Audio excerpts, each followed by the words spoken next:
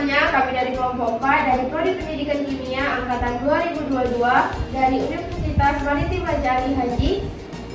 Sebelumnya kami memperkenalkan diri, saya Nia Agustina dan ada teman saya, Delia Harapatra. Iya dong. Nah, di sini kami akan melakukan praktikum larutan elektrolit dan non-elektrolit. Selamat menyaksikan.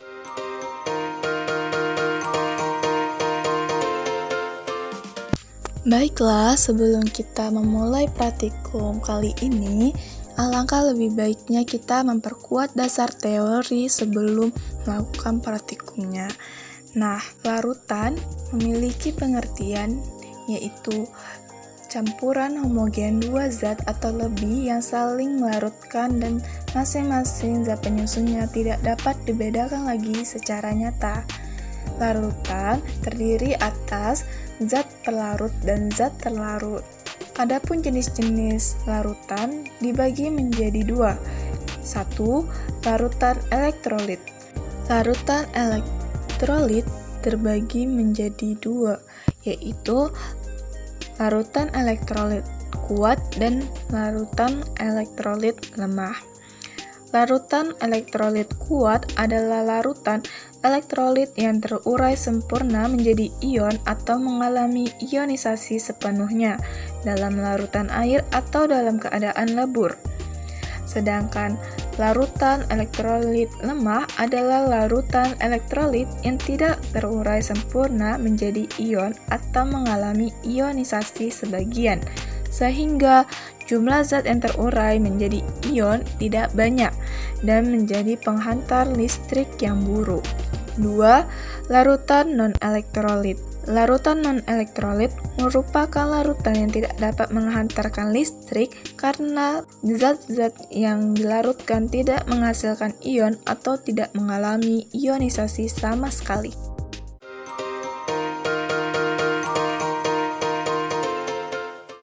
Alat dan bahan. 1. Alat 1 meter kabel merah putih, jepit buaya, cutter, 4 buah baterai heavy duty 1,5 V, 1 buah lampu kecil 0,5 V, 2 buah paku isolatif hitam, tisu, 8 buah gelas plastik, pisau dan talenan, spidol dan kertas. 2. Bahan 1,5 liter air biasa, 50 gram garam, 50 gram gula, 40 ml cuka, 100 ml air kapur, 4 buah jeruk nipis, 50 gram soda api, dan 30 ml alkohol dengan kadar 70%.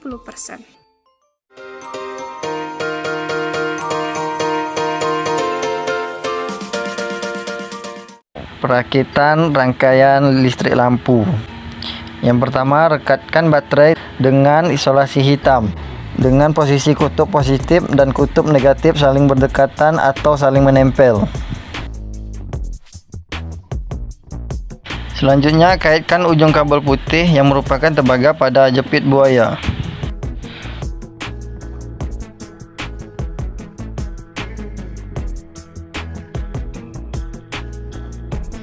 Kemudian, rekatkan ujung kabel putih lainnya pada lampu dengan isolasi hitam. Begitu pula dengan salah satu ujung kabel merahnya.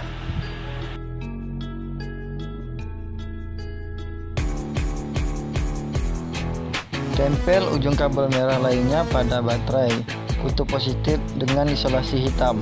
Kabel merah yang dimaksud adalah kabel merah yang menempel pada lampu tadi.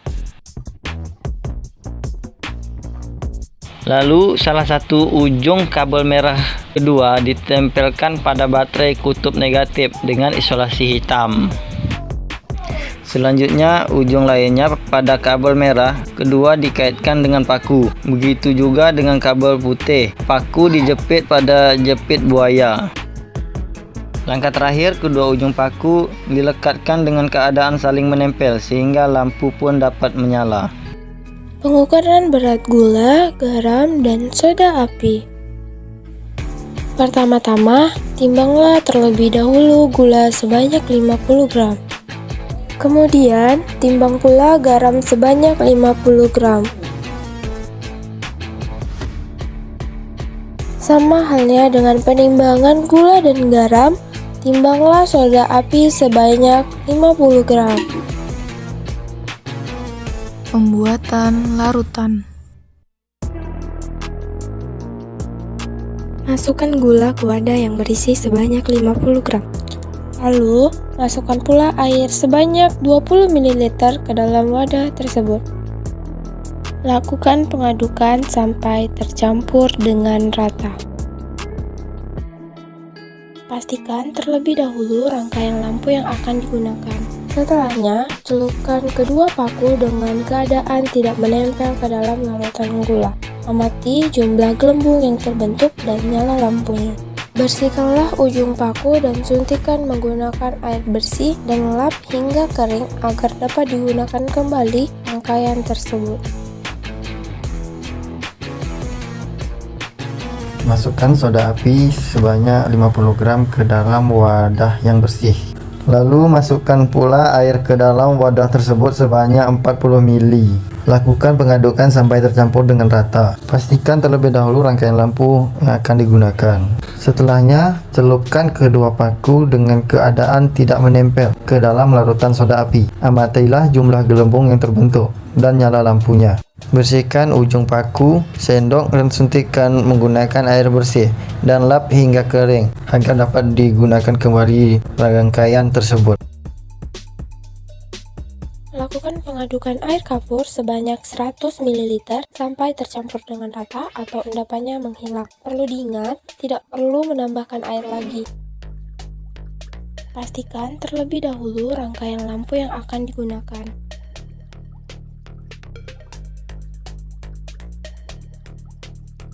Setelahnya, celupkan kedua paku dengan keadaan tidak menempel ke dalam air kapur. Amati jumlah gelembung yang terbentuk dan nyala lampunya. Bersihkan ujung paku menggunakan tisu hingga kering agar dapat digunakan kembali rangkaian tersebut. Masukkan garam ke wadah yang bersih sebanyak 50 gram, lalu masukkan pula air ke dalam wadah tersebut sebanyak 50 ml.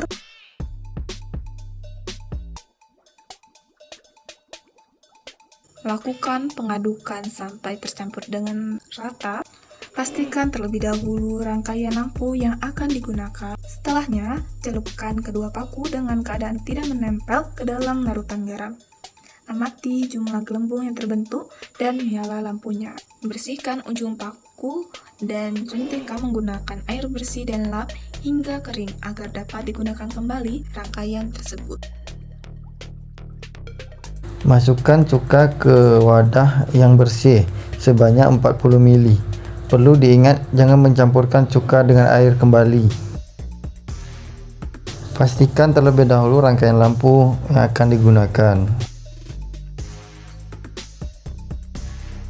Setelahnya, celupkan kedua paku dengan keadaan tidak menempel ke dalam air cuka. Amatilah gelembung yang terbentuk dan nyala lampunya. Bersihkan ujung paku dan suntikan menggunakan air bersih dan lap hingga kering agar dapat digunakan kembali rangkaian tersebut. Masukkan alkohol ke wadah yang bersih sebanyak 30 ml. Perlu diingat, jangan mencampurkan alkohol dengan air kembali. Pastikan terlebih dahulu rangkaian lampu yang akan digunakan. Setelahnya, celupkan kedua paku dengan keadaan tidak menempel ke dalam alkohol. Amati jumlah gelembung yang terbentuk dan nyala lampunya. Bersihkanlah ujung paku dan suntikan menggunakan air bersih dan lap hingga kering agar dapat digunakan kembali rangkaian tersebut. Belah semua jeruk nipis menjadi 2 bagian. Selanjutnya, peras jeruk-jeruk yang sudah dipotong. Pastikan rangkaian lampu yang akan digunakan. Setelahnya, celupkan kedua paku dengan keadaan tidak menempel ke dalam air jeruk tersebut. Amati jumlah gelembung yang terbentuk dan nyala lampunya. Bersihkan ujung paku yang tadi dipakai menggunakan tisu.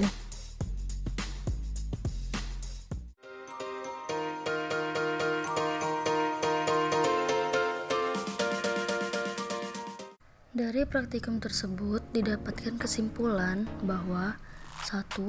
Pada larutan gula tidak menghasilkan gelembung dan nyala lampu tidak ada ketika paku dicelupkan pada larutan gula, sehingga larutan tersebut merupakan larutan non-elektrolit.